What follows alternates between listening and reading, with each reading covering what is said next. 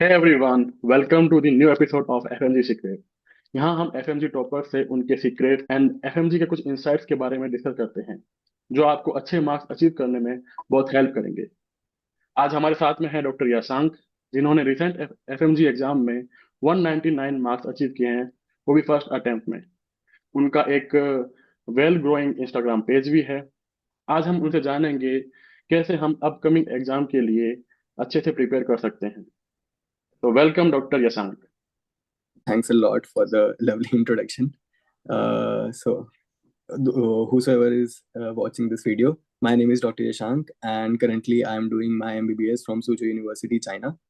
Hopefully, जो अभी हम नेक्स्ट 15 मिनट में बात करने वाले हैं वो आपकी लाइफ में एक वैल्यू ऐड करके जाए, जिससे आप भी आने वाला जून अटेम्प्ट या आने वाला जैन अटेम्प्ट जो भी आपका अटेम्प्ट है उसको आप अपना द ओनली लास्ट अटेम्प्ट बनाए, चाहे वो फर्स्ट हो चाहे लास्ट हो, वो आपका लास्ट अटेम्प्ट होगा, ये मान के चलो। ठीक है। तो thank you, thanks once again doctor. तो लेट्स स्टार्ट। तो सबसे पहले मैं आपको ये पूछना चाहूंगा कि अभी जो अपकमिंग एफएमजी है उसके लिए जो आप प्रिपेयर कर रहे हैं स्टूडेंट्स, उनके माइंड में भी एक कंफ्यूजन है कि हम कैसे स्टार्ट करें, कहाँ से स्टार्ट करें, कैसे रिवाइज करें, एग्जाम तक हमको कितने रिवीजन करने हैं। तो एक बेस्ट स्ट्रेटेजी और एक बेस्ट अप्रोच क्या रहेगी नेक्स्ट एफएमजी एग्जाम के लिए? तो देखो, मैंने उन लोगों को भी देखा है जिन्होंने लास्ट 3 मंथ्स में पढ़ के निकाला है, मैंने उन लोगों को भी देखा है जिन्होंने 8 महीने पढ़ के निकाला है। फर्क इतना होता है कि तुम्हें अपनी वर्थ पता होनी चाहिए। अगर आप 3 महीने में पढ़ के सिर्फ तभी निकाल सकते हो जब आप ये चीज एक्सेप्ट करने को रेडी हो कि मैंने अभी तक कुछ नहीं किया है, मैं 3 महीने में बस इतना करके जाऊं कि मैं पास हो जाऊं। उसका एक ही अप्रोच होती है कि तुम 19 सब्जेक्ट खत्म नहीं कर सकते। ये चीज अगर तुम मान लोगे तो शायद तुम 3 महीने में भी निकाल लोगे, बट होता यही है कि मैक्सिमम लोग जब 3 महीने पहले अपनी प्रिपरेशन को स्टार्ट करते हैं उनको सिर्फ यही चीज होती है, पहली चीज उन्होंने मान चुके होते हैं कि इस बार तुम्हारा नहीं होने वाला। हम अभी बस कर लेते हैं, इस बार एग्जाम एक्सपीरियंस कराते हैं, नेक्स्ट टाइम हम पढ़ के देंगे। और उन लोगों का नहीं होता, दैट इज फॉर श्योर कि नहीं होने वाला, बिकॉज तुम तो ऑलरेडी मान चुके थे। बट यहीं दूसरी तरफ अगर आप इस अप्रोच के साथ चलोगे कि मेरे पास 3 महीने हैं, मैं कौन से ऐसे सब्जेक्ट करके जाऊं, इतने अच्छे से करके जाऊं कि there is a very high chance कि ऑब्वियसली मैं 200 प्लस पे तो नहीं जाऊंगा, बट हो सकता है कि मैं 160 165 पे जाके पास हो जाऊंगा। वो वाली चीज है। तो उसका बेस्ट अप्रोच ये है कि पहले अपने फॉर्मो को छोड़ दो।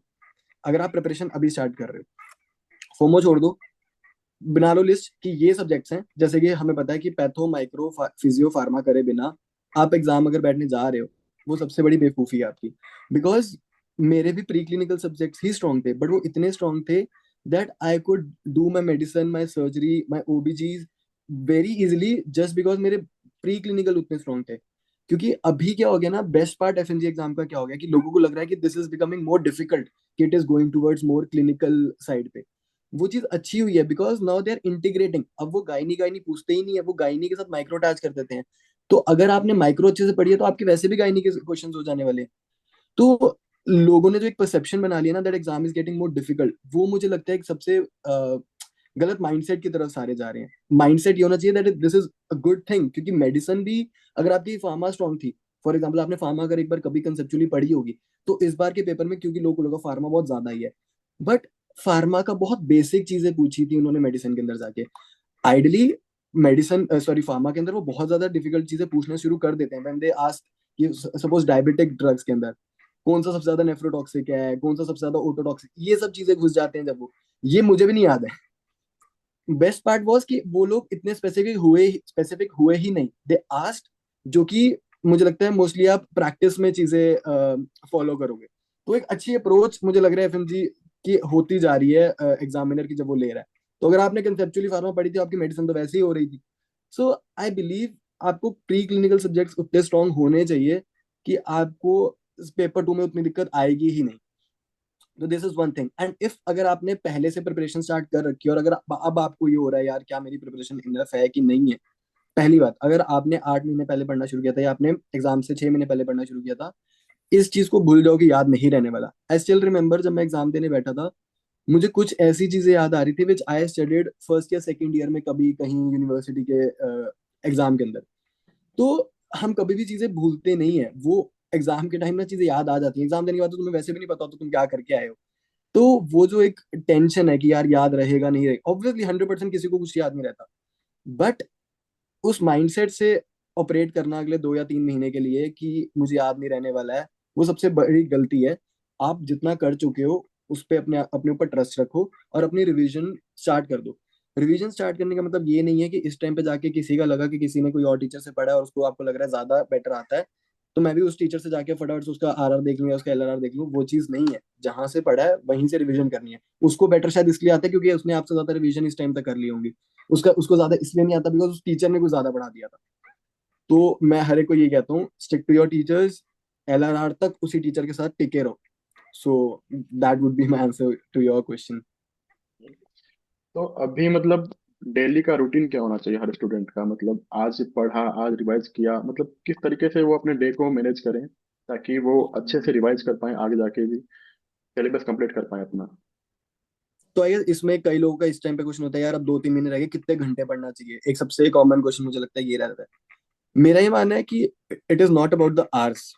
अपने डेज को टू डू लिस्ट के अकॉर्डिंग बांटना शुरू करो कि मेरा आज का ये टारगेट है। अब ये टारगेट आज चाहे 14 घंटे में खत्म हो चाहे 8 घंटे में खत्म हो, मुझे ये आज खत्म करना ही करना है। सो आई थिंक अब तुम्हारी स्ट्रेटेजी अब इस तरीके से रहनी चाहिए। एक नंबर वन चीज जो है, सबसे पहले अपनी डिसिप्लिन वाली चीज को बहुत स्ट्रॉन्ग कर लो। एक फिक्स रूटीन बना लो कि इतने बजे उठना है, दैट मीन्स उठना है। इतने बजे सोना है, दैट मीन्स सोना है। ठीक है, एक ये रूटीन अब तक फिक्स हो जानी चाहिए बिकॉज अब एग्जाम तो सुबह ही है, राइट? तो अगर लेट नाइट पढ़ना, मतलब मैं पर्सनली लेट नाइट तब तक पढ़ता हूँ अपनी प्रिपरेशन में जब मुझे सिलेबस खत्म करना होता है। Once I am done with my syllabus I try to fix my routine कि अब मुझे इतने बजे उठना ही उठना है। उससे पहले तक मेरा होता था कि मेरे को 4 बज रहे हैं 5 बज रहे हैं, मेरे को फर्क नहीं पड़ता, मेरे को उतना कंप्लीट करके सोना है। बट जब आपका एक बार सिलेबस हो जाता है then you have that opportunity कि आप अपने टाइम टेबल को फिक्स कर सकते हो, right? So start your day with something which is more week.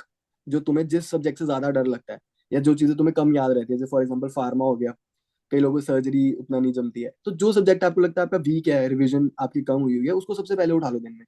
उसका रीजन ये है कि अब तुम ये कहोगे यार पूरा दिन खराब चला जाएगा अगर इस सब्जेक्ट से स्टार्ट किया। नहीं यार, हो सकता है वो सब्जेक्ट तुम्हें पसंद ना आने लग जाएगा, तुम उसको सुबह करोगे बिकॉज उस टाइम पे तुम सबसे ज्यादा प्रोडक्टिव होते हो। तो I think this should be the approach. सबसे पहले जो तुम्हें नहीं चीजें आती हैं उसको करो। इस टाइम पे आके अपने एमसीक्यूज का नंबर इंक्रीज कर दो जितना हो सके उतना। मतलब मैं आपको ये any day I say do more MCQs than passively revising your notes. क्योंकि जितने एमसीक्यूज गलत करोगे उतनी टेंडेंसी है कि तुम्हें याद आएगा, अरे यार ये तो मैंने पढ़ा था पर मुझे याद ही नहीं।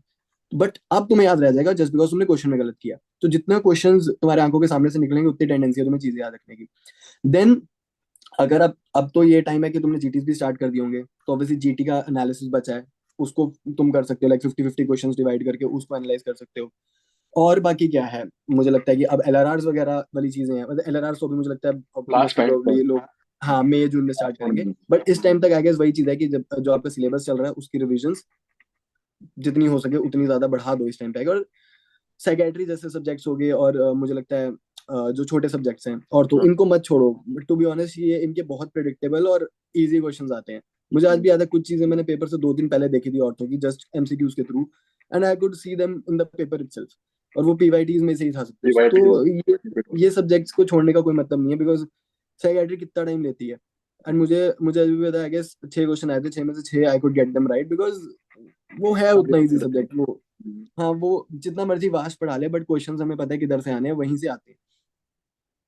फिर भी मतलब कई स्टूडेंट्स के वीक सब्जेक्ट रह जाते हैं, जैसे कि फार्माकोलॉजी है, कुछ हम्म और भी हार्ड सब्जेक्ट जैसे मेडिसिन है, वो कवर नहीं हो पाता ओवरऑल। तो हम्म उन पर फोकस करना चाहिए या उनको अवॉइड कर सकते हैं, या फिर हमको उनके पीवाईटीज ही कवर करने चाहिए? कैसे उन वीक सब्जेक्ट को अप्रोच करें हम?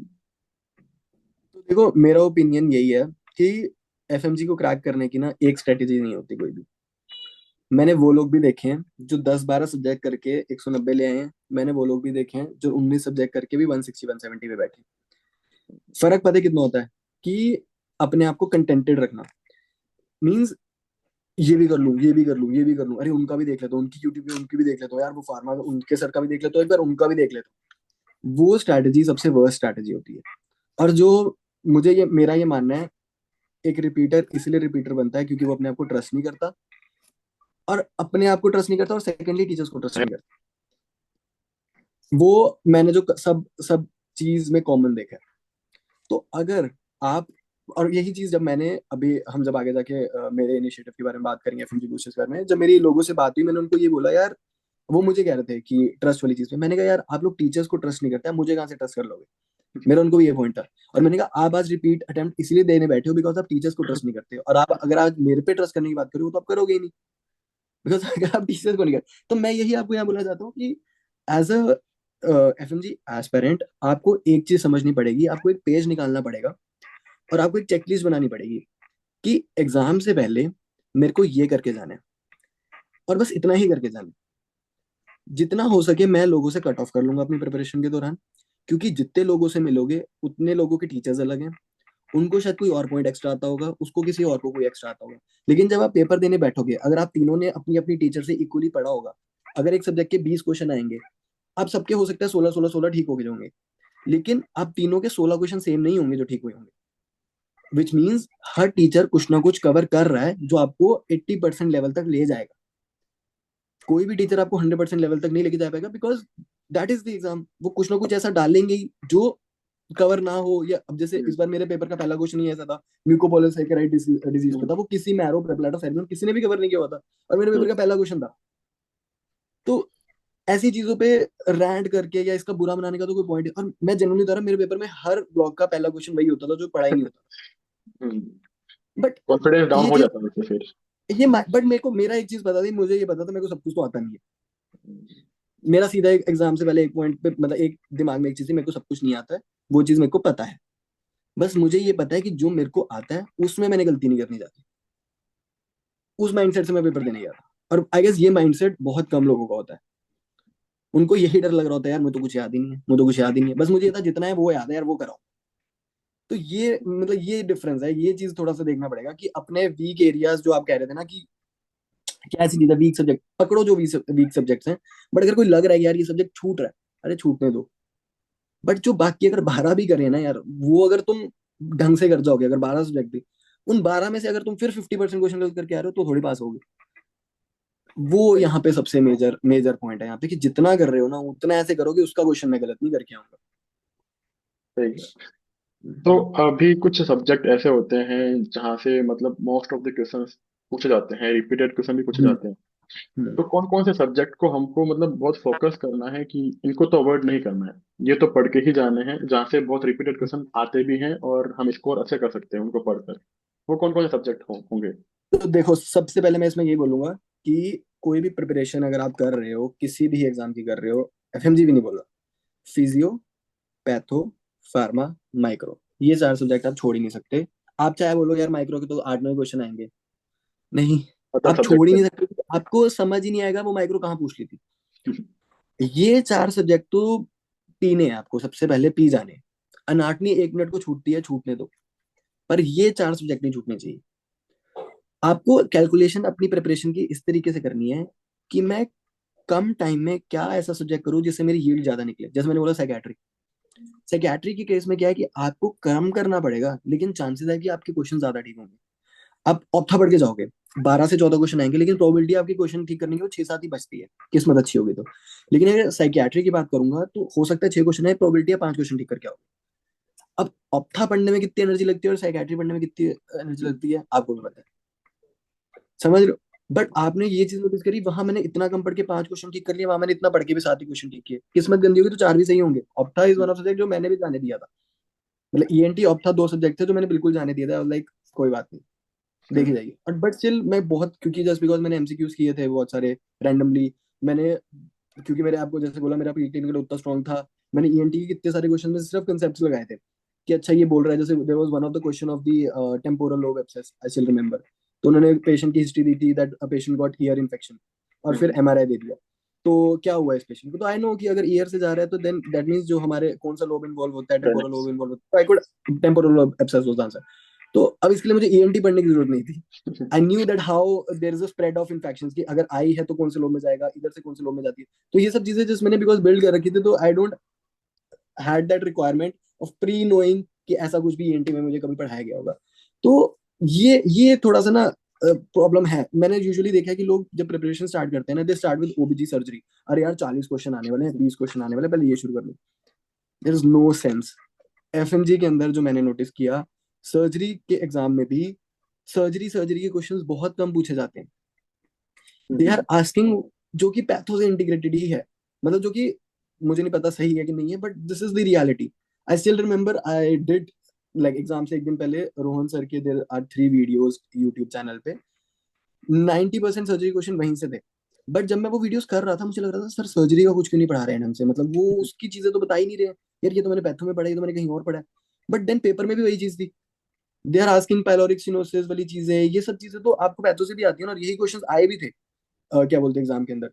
तो मेरा पॉइंट यहाँ पे यही है कि एग्जाम की प्रिपरेशन को इन सब्जेक्ट से स्टार्ट करने का कोई पॉइंट ही नहीं है। आपको हमेशा फिजियो पैथो फार्मा माइक्रो से ही स्टार्ट करना चाहिए। उसके बाद एक सब्जेक्ट डालो, उसके बाद मेडिसिन कर लो, मेडिसिन मत छोड़ो। इस बार तो मुझे लग रहा है जैसा एग्जाम आया था मुझे लगता है अगली बार की मेडिसिन छोड़ के जाने वाला है, बिकॉज लोगों का फोमो इतना बड़ा हो गया मेडिसिन से, यार इतनी मेडिसिन आ गई थी। बट अगर आप उसको अगर जेन्युइन ब्रेक डाउन करोगे ना तो आपको समझ आएगा कि अगर आपको इतने सब्जेक्ट और अगर आपको वो आती थी फार्मा स्ट्रॉन्ग थी तो आपको मेडिसिन की उतनी जरूरत नहीं थी। अब मुझे आज भी एक क्वेश्चन याद है, उन्होंने इतना बड़ा क्वेश्चन दिया एंड एंड में दे आज की ए वेव जो होती है, जो जेवीपी को हम वो करते हैं, ए वेव होती है वो किसकी वजह से होती है, that was asked in paper 2। But अगर कोई पूछे ये तो फिजियो का क्वेश्चन था ना, that was actually not medicine का क्वेश्चन। तो इस बात से घबराना कि ओ यार मेडिसिन नहीं करी तो शायद इसलिए नहीं हो पाता, नहीं भाई तूने फिजियो नहीं करी थी। बेसिक दैट्स द जो सब्जेक्ट इम्पोर्टेंट है हमारे लिए। ये बहुत बहुत बड़ा फैक्टर जो मुझे लगता है एक था, ये कि अब लोग मेडिसिन के पीछे भागना शुरू कर देंगे, बट भागना एक्चुअल में फिजियो पैथो फार्मा के पीछे और माइक्रो के पीछे है। तो this is one thing I wanted to say. तो अभी मतलब कई लोगों को एक डर भी रहता है जीटी देने से। जीटी हम्म को कैसे दें और उसको मतलब देने के बाद में रिव्यू कैसे करें, वो भी एक बड़ा क्वेश्चन रहता है माइंड में कि इसको रिव्यू कैसे करें, जीटी के स्कोर कैसे इंप्रूव करें। जीटी को लेके बहुत सारे डाउट्स रहते हैं माइंड में, तो उसके बारे में कुछ बताइए आप। देखो सबसे पहले जीटीज देने की approach as a fresher and as a repeater मेरे अकॉर्डिंग 2 डिफरेंट स्ट्रैटेजीज होनी चाहिए। क्योंकि जब आप एज अ रिपीटर एग्जाम देने जाते हो आपके पास कोई भी इमोशनल बैगेज नहीं होता पिछले अटेम्प्ट का, आप बहुत फ्रेश जाते हो। मोस्ट ऑफ द टाइम तो आपको होता है यार मैं तो भी फर्स्ट टाइम देने जा रहा हूँ, कोई बात नहीं, नहीं हुआ कोई बात नहीं, घर वालों की तरफ से पूरा दिलासा होता है। सेकंड थर्ड तक आते घर वाले भी थोड़ा सा बोलना शुरू कर देते हैं, बट फर्स्ट टाइम में घर वाले बोलते कोई बात नहीं कोई बात नहीं, तो आपका कोई बैगेज नहीं होता। तो there is a very high probability कि अगर एक रिपीटर और एक फ्रेशर एक सेम प्रिपरेशन के साथ जाएगा, fresher is going to score 10-15 number ज्यादा ही, बिकॉज उसको एंग्जाइटी कम हो रही होगी। ठीक है, एक ये बहुत बड़ा फैक्टर है। सेकेंडली अब जब आप जीटीज को इस तरीके से देखते हो, अगर आप एज अ फ्रेशर जीटीज दे रहे हो, अगर आप 160 170 की रेंज में भी आप स्कोर कर रहे हो किसी तरीके से अपने कंसिस्टेंटली जीटीज के अंदर, that's a very good score. मतलब आप प्रोबेबिलिटी है कि आप अगर इसी पेस पे एग्जाम में भी जाओगे मतलब देने, तो बहुत हाई चांस है पास हो जाओगे। लेकिन एज अ रिपीटर मतलब जो मेरा सजेशन या जो मुझे एनालाइज करके जो मुझे लगा कि एज अ रिपीटर आपको कहीं ना कहीं 190 टू 200 जीटीज में स्कोर करना ही चाहिए, ताकि अगर आप उस दिन दोबारा जाके एंशियस हो भी गए, अगर आपका दिन बुरा भी निकला तो कितना ही बुरा निकल जाएगा, कितना ही बुरा हो जाएगा, ऐसा तो नहीं होगा ना आप 70 नंबर का ड्रॉप देख लोगे। ठीक है, 200 से आप कितना गिर जाओगे, 180 पे गिर जाओगे यार, 165 पे गिर जाओगे, 159 पे गिर जाओगे, 155 पे गिर जाओगे। बट इससे ज्यादा ड्रॉप तो नहीं दिखेगा ना, या तो आपने चीटिंग करके जीटी दिए होंगे अगर आपके 200 ऐसे आ रहे होंगे। तो अगर आप जीटी में मुझे लगता है 200 स्कोर कर भी रहे हो, दैट मीन्स आपने जेन्युइनली बहुत अच्छे से पढ़ाई करी है, आपके आपका होल्ड अच्छा है सब्जेक्ट पे, तभी आप 200 तक पहुंच रहे हो। और अगर आपका होल्ड अच्छा है दैट मीन्स किसी भी एरिया से क्वेश्चन पूछा जाएगा आप कहीं ना कहीं अपनी नॉलेज के बेसिस पे आंसर लगा दोगे वहां पे बैठ के। तो this is one thing, as a repeater you should be aiming 190 200, as a fresher 170 180 भी आ रहे हैं तो आपको वो निराश होने की जरूरत नहीं है, you should keep your revision strong, MCQs करते रहो, आप इजीली पास हो जाओगे। बट एज अ रिपीटर 200 करो, ताकि आप उसमें एंशियस भी होगे तो भी आपका 40 नंबर भी गिरा तो भी 160 का पास हो ही रहे होगे, जो कि इतना आइडियली गिरना नहीं चाहिए। ठीक है, अगर आप 200 प्रिपेयर है आपको उतना कॉन्फिडेंस अपने ऊपर रखना ही पड़ेगा। उसके बाद आता है एनालिसिस की बात है, अगर आपके जीटी में जो स्कोर आ रहा है, कई लोग क्या करते हैं, वो इस बार मेरा ये सब्जेक्ट गिरा है, मतलब ये सब्जेक्ट वीक है, अब मैं सिर्फ ये पढ़ूंगा नेक्स्ट टाइम जीटी दूंगा। नेक्स्ट टाइम क्या होता है उसके नंबर आते हैं दूसरा गिर जाता है। मेरे according this is not a good approach. हो सकता है कि जो इस बार क्या हुआ होगा उस सब्जेक्ट के क्वेश्चन ज्यादा मुश्किल आ गए होंगे और दूसरे सब्जेक्ट के ज्यादा इजी आ गए होंगे, तो आपका वहां पे इन्फ्लेट होकर स्कोर ज्यादा लग गया होगा, इधर कम होगा। वो अप्रोच नहीं है मेरे अकॉर्डिंग। जो आपका स्ट्रॉन्ग है उसको आपको और स्ट्रॉन्ग बनाना है, और वीक एरियाज पे साइड बाय साइड काम करना है। सपोज करो आपने इस बार पेपर दिया और आपका आया कि आपकी पैथो बहुत स्ट्रॉन्ग है और आपका सबसे वीक सब्जेक्ट है डर्मा, फॉर एग्जाम्पल ले रहा हूँ बहुत हाइपोथेटिकली, तो आपकी अप्रोच ये रहनी चाहिए कि इस हफ्ते मुझे पैथो भी पढ़नी है और इस हफ्ते मुझे डर्मा भी करनी है, ताकि अगली बार पैथो के अगर इस बार मेरे 80% सही थे ताकि मैं उसको 90 पे ले जाऊं और डर्मा पे भी मैं इंप्रूव कर लूं। बट ये नहीं होना चाहिए, अगर आपको लग रहा है डर्मा और मेरी बोला उन्होंने सर्जरी और मेरी गायनी वीक है तो बस अब मैं ये सब्जेक्ट पढ़ता रहूंगा और मेरा पैथो तो स्ट्रॉन्ग हो चुका है। फिर लोग बोलते हैं नेक्स्ट जीटी में आके, यार मेरा इस बार ना ईएनटी गिर गया, इस बार मेरा ना पैथो गिर गया, यार पिछली बार तो सही था। मे भी पिछली बार वो क्वेश्चन आएंगे जो टेंडेंसी आपको ज्यादा आते होंगे, इस बार वो क्वेश्चन नहीं है जो आपने नहीं, मतलब वो उस एरिया से नहीं है, या आप भूल गए या आपने रिवीजन नहीं करी। तो अकॉर्डिंग टू मी जो सब्जेक्ट स्ट्रॉन्ग है, जीटी से उनको एनालाइज करो और उनको अपनी स्ट्रेंथ बनाओ। और जो आपके सब्जेक्ट वीक है उन पर थोड़ा थोड़ा काम करते रहो। उतना काम नहीं भी करोगे तो भी चलेगा, मतलब मेजर सब्जेक्ट में नहीं मैं कह रहा, बट डर्मा अगर सपोज डर्मा वीक आ रहा है, रेडियो वीक आ रहा है, इनको भी आप जाने दो, बिकॉज रेडियो जैसे सब्जेक्ट वीक होना मतलब आपका सब कुछ ही वीक है। समझ रहे हो, मतलब आपका कहीं ना कहीं सब कुछ ही ड्रॉबैक है। मुझे लगता है रेडियो जैसे सब्जेक्ट आपके क्या बोलते हैं, सर्जरी के अंदर कितना सारा कवर्ड होता है, पैथो हम्म। में भी कितनी सारी चीजें आ ही रही होती है। तो ऑर्थो में भी। रेडियो जैसे सब्जेक्ट में अगर आप वीक हो, आप मान के चलो आपने कहीं ना कहीं हर सब्जेक्ट में कोई ना कोई अपनी वीकनेसेस रखी हुई है। हम्म। तो रादर देन रेडियो को अलग से पढ़ने के बाकी सब्जेक्ट्स को स्ट्रेंथ बनाओ, आपका वैसे भी रेडियो स्ट्रांग हो जाएगा। I don't feel like radio को अलग से बहुत ज्यादा, अब वैसे भी क्वेश्चंस भी नहीं आते हैं कि कौन सा डाई, ये सब क्वेश्चंस मैंने तो देखे भी नहीं। मतलब लास्ट 2 टाइम से तो वो क्वेश्चंस आ ही नहीं रहे। अब डायग्नोसिस कर क्वेश्चंस, सकते हैं। हाँ अब डायग्नोस्टिक ही आ रहे हैं, फोटो पहचानने वाले ही क्वेश्चंस आ रहे हैं। That is clinical basically. लोगों को लग हम्म। रहा है क्लिनिकल पता नहीं क्या चीज है। Clinical means they are not asking you direct facts, they are asking you more things which are gonna be used by you in the clinical rotations. हाँ, तो ये मेरा मतलब जीपी को लेके पर्सपेक्टिव है। तो जीटी और रियल एग्जाम में भी एक स्मार्ट वर्क या स्मार्ट गैस वर्क जो होता है, एलिमिनेशन मेथड होता है, वो इफेक्टिव होता है या फिर इसको मतलब कैसे करें हम, उसको कैसे अप्रोच बहुत करें? इफेक्टिव है, बहुत इफेक्टिव है। मैं आपको सीधी बात बताऊंगा इसमें। There are two things. एक, आपने ये क्वेश्चन पढ़ा है और आपको लग रहा है यार मुझे एग्जैक्टली याद नहीं आ रहा वाली चीज है, तो आप पहले एलिमिनेशन करनी शुरू करो। मे भी चांसेस है कि तुम एक ऑप्शन तक पहुंच जाओगे, लेकिन पेपर में 40 क्वेश्चन तो ऐसे होने वाले हैं जो किसी ने नहीं पढ़े होंगे। ठीक है, वो जेन्युइनली नहीं पढ़े होंगे, वो होगा, एग्जिस्ट होगा। एग्जिस्टेंस है ऐसे क्वेश्चंस की, हर बार आते हैं। तो मेरी अप्रोच उनको क्या लेके थी, मैंने ये मान के चल रहा था जो क्वेश्चन मुझे पेपर में नहीं आता होगा मैं उसका आंसर बी ही करूंगा। मैं ना दाएं देखूंगा ना मैं बाएं देखूंगा। मैंने ये चीज करनी, बिकॉज उससे प्रोबेबिलिटी ये है कि मेरे 5 से 7 नंबर मेरे वैसे भी आ जाएंगे। और अगर कहीं ना कहीं मैं 148 149 पे जा रहा हूँ तो वो मेरे को 5 6 नंबर बहुत हेल्प करेंगे। और अगर मैं इतना मारने की कोशिश करूंगा 40 क्वेश्चन की, तो मेरे को वैसे भी एक नंबर नहीं मिलने वाला। मैंने अपने बहुत समझाया था, उसके बावजूद भी मैंने 4 से 7, मतलब 7 8 क्वेश्चन में ये स्ट्रैटेजी नहीं अपनाई और मैंने उनमें कुछ तुक्का मारने की कोशिश करी। तो मेरे वहां गलत हो गया, बल्कि मैंने जब आंसर की आके देखी या मैंने आंसर देखे तो आंसर उनका बी था। बट स्टिल मैंने जो बाकी सारे क्वेश्चन थे उनको बी ही किया था। और ये मैंने वीडियो एग्जाम के रिजल्ट आने के बाद अभी रिसेंटली 10 12 दिन पहले मैंने प्रियांश सर की भी देखी थी, आपको बताओगा प्रियांश सर, राइट? तो प्रियांश सर ने भी बोला था कि एग्जाम निकालना उतना मुश्किल नहीं है अगर आप 130 से नंबर तक भी कॉन्फिडेंट हो और उसके हाँ, बाद आप जो बाकी सारे एक सौ गैस वर्क सत्तर करते क्वेश्चन का हैं। परसेंट भी लगा दोगे तो 10 नंबर तो वैसे ही आ जाएंगे, तो अच्छा। 20 नंबर तो वैसे ही आ जाएंगे। और मुझे लगता है वो चीज मुझे हेल्प करी कहीं ना कहीं। मेरे अगर 199 थे तो मुझे पेपर 189 वाला आता होगा, 185 तक आता होगा। जो मेरे को बाकी 10 नंबर मिले वो मेरे सारे बी से ही आए। और जनरली मैंने आगे देखा था 4 5 तो मैंने ही देख लेते यार, जनरली मैं बी लगाया था, आंसर सही हो गया। तो इसमें कोई गलत बात नहीं है। और ऐसा हाँ। भी नहीं है कि मैं वो स्ट्रेटेजी नहीं लगाता हूं तो मैं फेल होने वाला था। उसने मेरे को एक स्कोर अच्छा करने में हेल्प करी। बिकॉज ये तो है नहीं ये कोई चीटिंग है।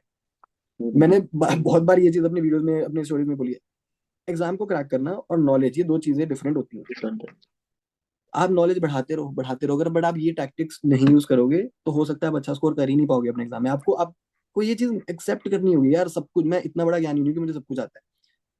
ये चीज जो बंदा समझ जाता है ना, जो जो तो ओवर कॉन्फिडेंट रहता है, यार मैंने इतना पढ़ा अब तो मुझे सब कुछ सॉल्व करना है, ये हो ही नहीं सकता मैं कोई भी क्वेश्चन आता हो। और जैसे कि मैंने आपको बताया कि मैं तो हर ब्लॉक में पहला क्वेश्चन मुझे नहीं आता होता था। अगर मैं उस पर्सपेक्टिव से एग्जाम देने बैठ जाता मुझे नहीं लगता कि मैं स्कोर कर भी पाता इस एग्जाम में।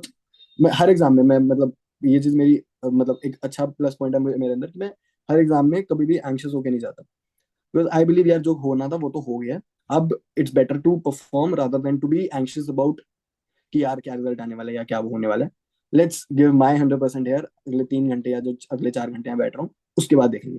तो this is one thing which I have kept with me for my life कि एंग्शियस तो बिल्कुल नहीं होना जब एग्जाम देने जाना है। और ये चीज मेरे साथ काम करती है। वो सिर्फ इसलिए काम करती है क्योंकि मैं अपनी, चाहे मैं इतनी प्रिपरेशन करके जाऊंगा बस उतनी प्रिपरेशन को ट्रस्ट कर रहा होता हूँ। And that is my message to all the FMG aspirants. Trust. अपने ऊपर ट्रस्ट करोगे तो टीचर्स के ऊपर ट्रस्ट करोगे, उसके बाद जाके किसी मेंटर पे ट्रस्ट करोगे अपने। बिल्कुल। और मेंटर्स चेंज मत करो अपनी एफएमजी जर्नी में। कई एफएमजी एस्पिरेंट्स की बड़ी गंदी हैबिट होती है, आज एक को कॉल लगाएंगे, परसों दूसरे को कॉल लगाएंगे। होता ही है कि आज सपोज किसी ने मुझसे बात करी, उसको लगेगा यार इस बंदे ने बहुत अच्छा ज्ञान दिया, अब मैं फॉलो करूंगा। होता क्या है, वो रश होता है, नई स्ट्रैटेजी होती है, अच्छी लग रही होती है, 15 दिन अच्छी लगती है, 16वें दिन सपोज करो वैसा नहीं हुआ जैसा पिछले 15 दिन होता है, यार लगेगा यार वो पागल बना गया।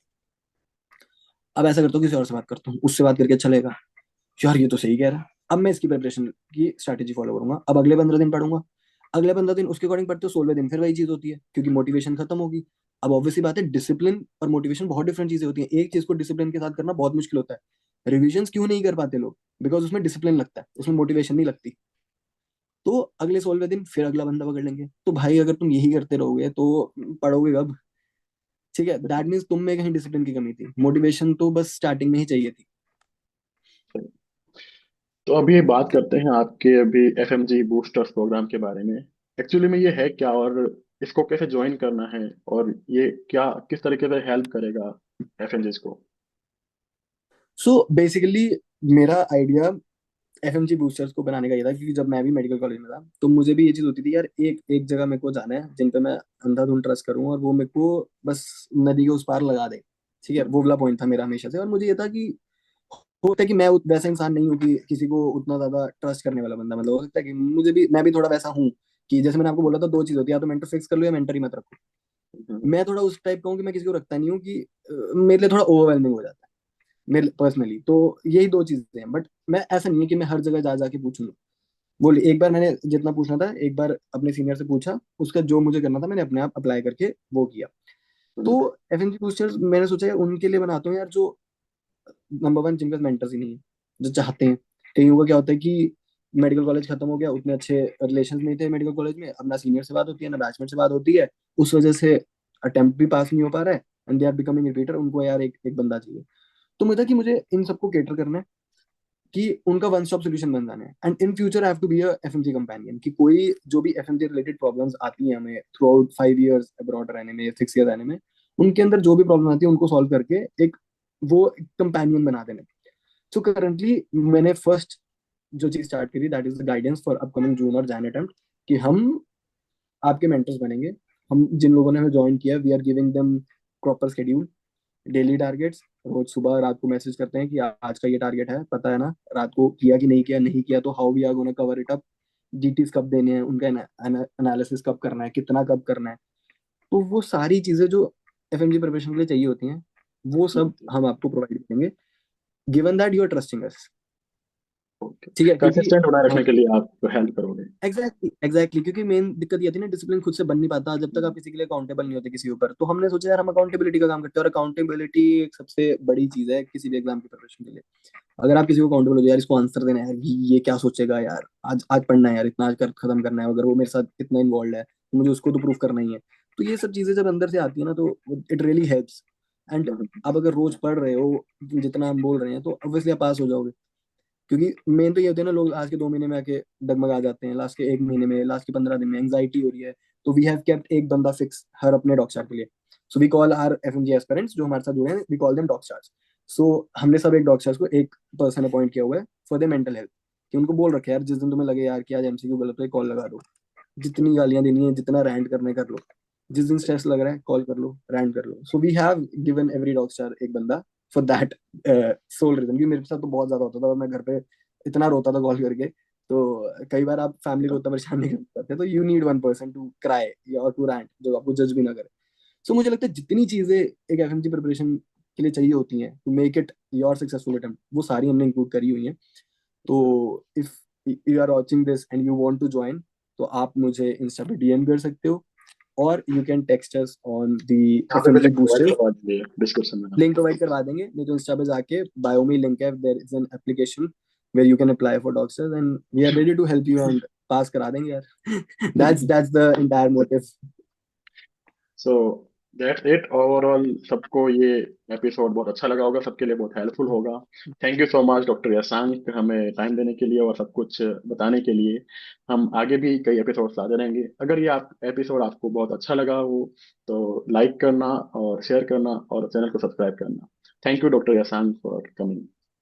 Thank you so much for inviting me. Anybody has any doubt in future या इस वीडियो को देखने के बाद, तो प्लीज मुझे इंस्टा पे डीएम करो, My DMs are open, and I really want everyone watching this episode pass this June attempt, or if you're appearing for January attempt, ये तुम्हारा होने वाला है। बस ये हम हमारी मैनिफेस्टेशन है आपके लिए। You also manifest, you also prepare, हो ऑल द जाएगा। Best all FMG.